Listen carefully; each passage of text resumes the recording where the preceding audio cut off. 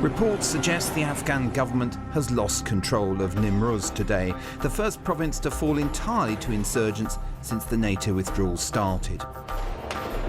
In neighbouring Helmand, meanwhile, they're keeping a small toehold in the capital, but it's relied once again on the backing of American jets and special forces. The day when that help is supposed to be withdrawn is drawing near. So how can it be, after 20 years of help, thousands of dead and trillions spent, that the Afghan government still has such trouble standing on its own 2 feet? The aim at the start was to hunt Osama bin Laden and others guilty of the 9/11 attacks.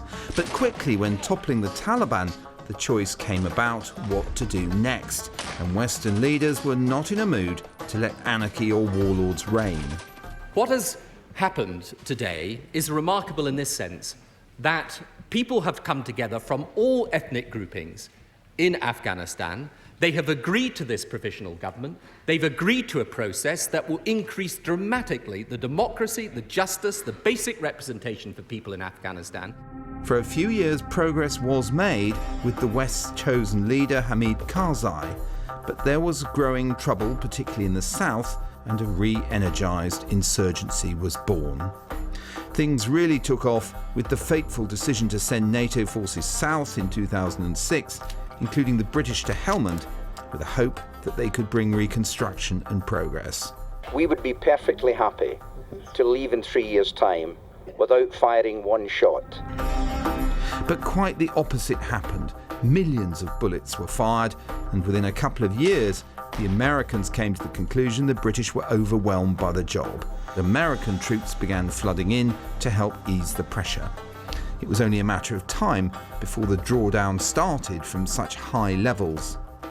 Tens of thousands of Afghans had died in these counterinsurgency operations, but the underlying power dynamics hadn't changed. The emphasis became one of building the capabilities Afghanistan lacked. But that's never quite delivered, and politically many Afghans still regard the Kabul government as a tool of foreign powers. By the time President Trump was in office, the US wanted out fast and sought peace talks in Qatar with the Taliban leadership.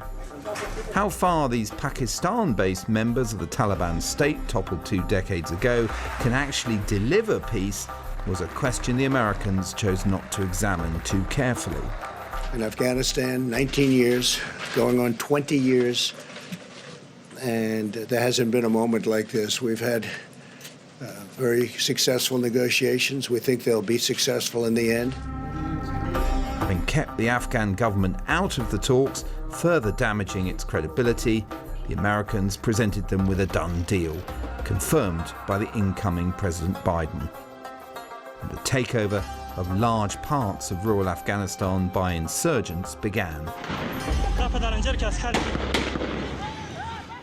Well, we'll examine the possible effects on the region in a moment, but first, what about the lessons we in the West may have learned from these past 20 years? To discuss that, we're joined by General Lord Dannatt, head of the Army when it was committed to southern Afghanistan, Rory Stewart, who walked across the country and ran a charity there before becoming an MP and Development Secretary, Colonel Christopher Kolenda, who both commanded troops in the country for the US military and negotiated with the Taliban. But let's start with Lisa Nandy, the Shadow Foreign Secretary. Welcome to Newsnight. What is the salient lesson that you draw from this 20 years of a tragic experience? Well, I think there are many lessons, but chief amongst them that what began as an objective to go into Afghanistan and to take out the Al-Qaeda safe havens there very quickly morphed into a mission to try to build a secure, stable Afghan state that was inclusive, that would last for the Afghan people. None of that was wrong, but it was far more complex than was ever envisaged. And that lack of clarity about our objectives there, coupled with a lack of strategy, has had really appalling consequences. That's not to take away any of the very many real achievements that have been made in Afghanistan over the last 20 years. The situation of women and girls, many of whom have accessed education for the first time, dramatic increases in access to healthcare, the clearance of landmines. These are all achievements of which we can be rightly proud, as Indeed. can many Afghan people. But those things are now at risk. And what matters now is that while the Afghan people are still very committed to that overarching goal of a secure Afghan state, they need to hear from the United Kingdom and from the United States that we are too. Well, they can hear it, but I mean, what does it mean in practical terms? Because obviously NATO troops, the commitment is to get them out by the middle of next month. What can the UK or US actually do in these circumstances? Isn't it better just to walk away now? Well, I think we need to send exactly the opposite message to the Afghan people, loud and clear, that while we're withdrawing troops, we are not walking away from them or from that overarching commitment that we made to try to secure a peaceful, inclusive, secure Afghan state. And there are a number of ways in which we can show that commitment. First of all, we could reinstate the commitment to aid. We've cut aid by 77% to Afghanistan in the last 3 years. That cannot be right. We could provide safe haven to those people who have supported our efforts in Afghanistan, not just those who've helped the armed forces, but those who help the British media as well. And the government is still ambivalent about that. But most of all, we have got to get involved in trying to make sure there is a political process to help to end what is becoming an appalling situation now very, very quickly. And that means supporting the Afghan government. It means stepping up efforts at the United Nations, where there's a need for more leadership in order to get parties around the table and get that process back up and running. And it also means building on what has been a successful and helpful UK military intervention to try to persuade Pakistan and other regional partners to put pressure on the Taliban. There is more that we could do on that front, and I think that would be strongly welcomed by the Afghan people. Would you say, when you see what's happening in Helmand, that UK forces were defeated there?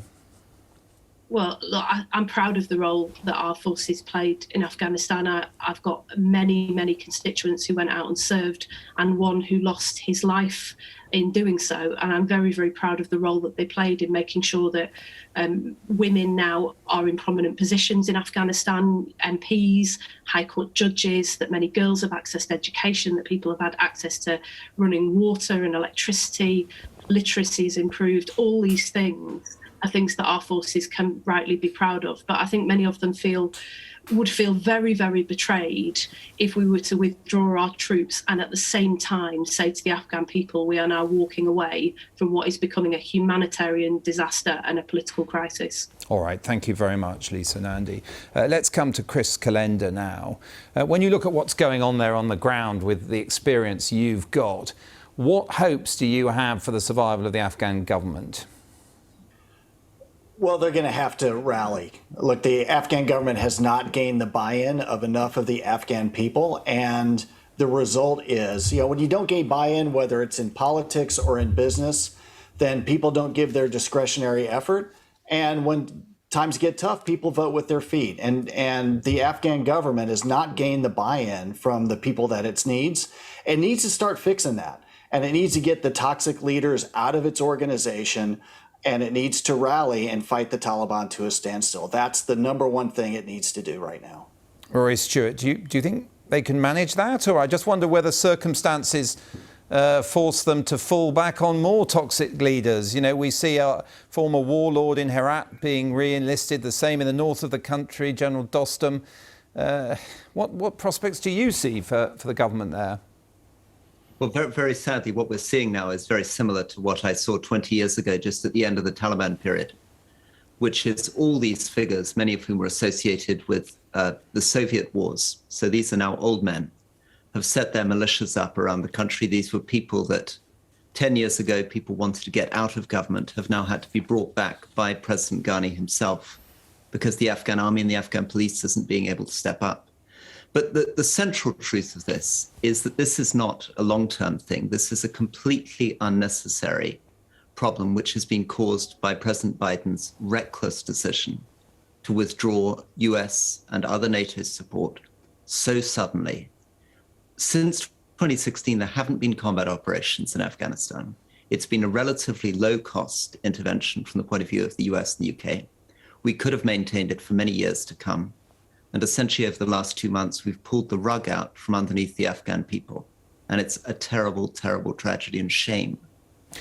Chris Kolenda, do you agree with that briefly? And then I want to go on to Lord Dannatt.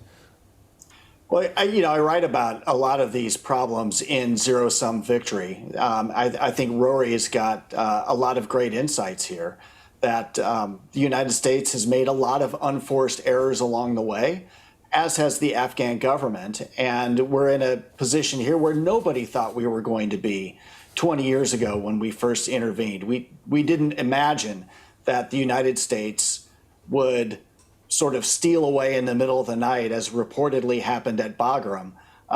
Never thought that things would end quite that way in terms of the military intervention. Well, a good point to bring in Lord Dannatt. A lot of people, including Rory's former parliamentary colleague who chairs the Defence Committee, are suggesting we should continue to provide some kind of defence assistance. Do you think that's feasible under the circumstances? Well, Malcolm, I think you have to recognise that the original objective of sweeping out the Taliban, who were shielding al-Qaeda 20 years ago, was achieved very successfully. And what we've been endeavouring to do over the last 5, 10, 15 years is to build up the capacity of the Afghan people to run their own country. And what this boils down to today is a fight between the Afghan people and the Taliban. So we need to continue to support the Afghan people. I'd like to see our government being more vocal in supporting the government in Kabul.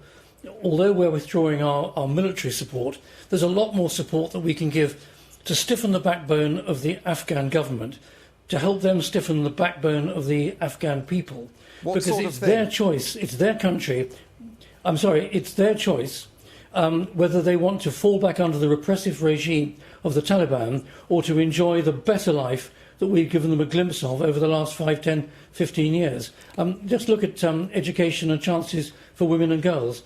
They've got a much better opportunity than they ever had in the past. Do they really want to fall back under the repressive regime of the Taliban? I don't think they do. So we've really got to continue in every which way possible, short of military intervention, which is now denied, to support the Afghan government, to strengthen the will of the Afghan people, to face down the Taliban. And I believe we can do that. This is now a battle of wills between the Afghan people and the Taliban.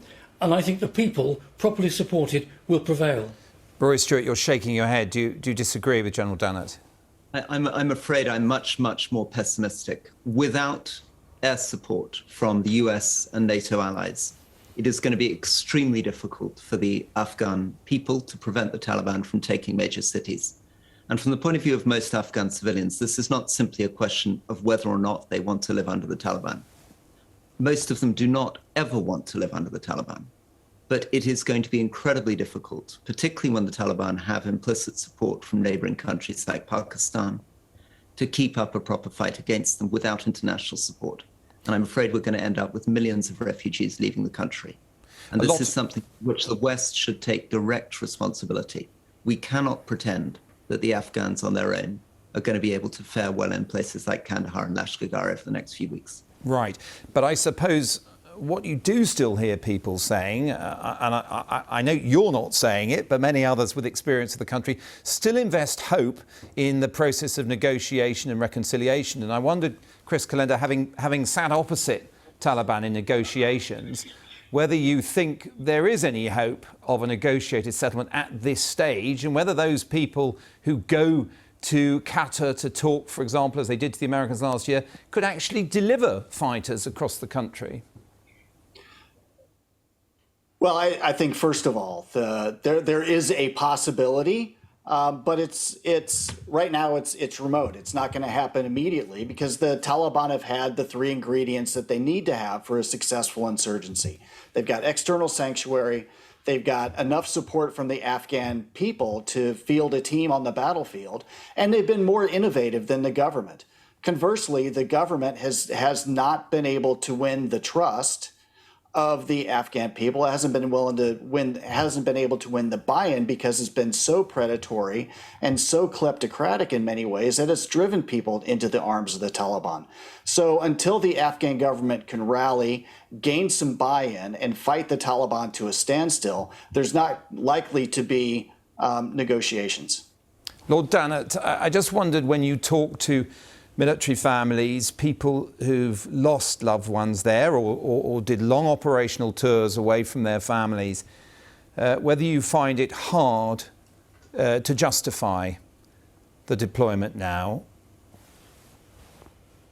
Well, Mark, I'll find it hard to justify if we find the situation that the Taliban have taken control of Afghanistan completely. But that will not happen. You've got to remember that the Afghan security forces outnumber the Taliban by 2 or 3 or 4 to 1. They have been well trained. They're still being supported by United States airstrikes. The international community has got to go on supporting the Afghan government and the Afghan people. And if we get that kind of support going and get a political process going whereby the Taliban accepts that their campaign over the last 2 or 3 months has not had the sweeping success that they hoped that it would, that there is then a chance of getting a peace process going, get the talks going in Doha again, and then I think the 457 families of British service people who lost their lives in Afghanistan will believe that something useful has been achieved. That is still achievable. What we have to see is an international stiffening of will to help the Afghan people, help the Afghan government see this thing down. It's not a slam dunk that the Taliban are going to win. We need to see stiffening of resolve and actually fight back and make sure that the Taliban do not control the country as the doomsters fear. Yes, they'll have some role in a future government in probably the south and the east of the country, but that's as much as it should be. Right, we've not got a huge amount of time left, and I want to go to the lessons learned part of this, and I don't know, Lisa Nandy, if we can bring you back in here on this. Do you think this experience means that the UK would not, for the foreseeable future, embark on another nation-building type military expedition? Well, I'm not sure that we ever did set out to embark on a nation-building military expedition, but we then very quickly found that that was a condition of taking the action that we took against Al-Qaeda, and many of the objections that were raised at the time were because it became clear very quickly that those objectives were going to become complex, they were going to become messy, and they were potentially unachievable. I think we need to learn from our history, but we shouldn't be bound by it.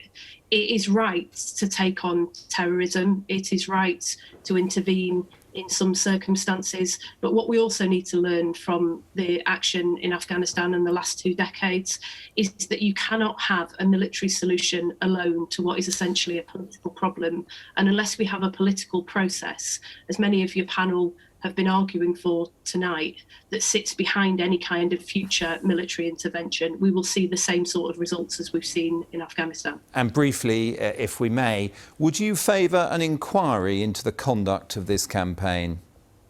Well, look, I think we need to absolutely learn the lessons. We've learned many of those lessons actually in Afghanistan over the last 2 decades, over and over again. But I think it's right that we do reflect. But look at what is happening right now. We've just had the Foreign Office issuing an instruction that British people should leave the country immediately because of the worsening security situation. The loss of life, the levels of violence, the advance of the Taliban is absolutely critical. And what we need to be focused on right now is dealing with that situation in front of us. Last word, very briefly, Lord Dannatt, if I may, would you favour an inquiry? I certainly would. We had the Chilcot inquiry into Iraq. We must have a public inquiry into how we got into Afghanistan. We need to look at that as far as the decision to go into Iraq in 2003, which was hugely detrimental to the development of nation building in Afghanistan from that point on. And then we need to look at the conduct of this operation as well. The military is looking at its own lessons learned, but we need to look at this from a wider political point of view to make sure we learn the right lessons. There will be moments in the future when we need to get involved overseas again, but let's learn the lessons from this one so we get it right next time. Thank you, Lisa Nandy, Lord Dannatt, Rory Stewart and Chris Kolenda. Thank you all very much for your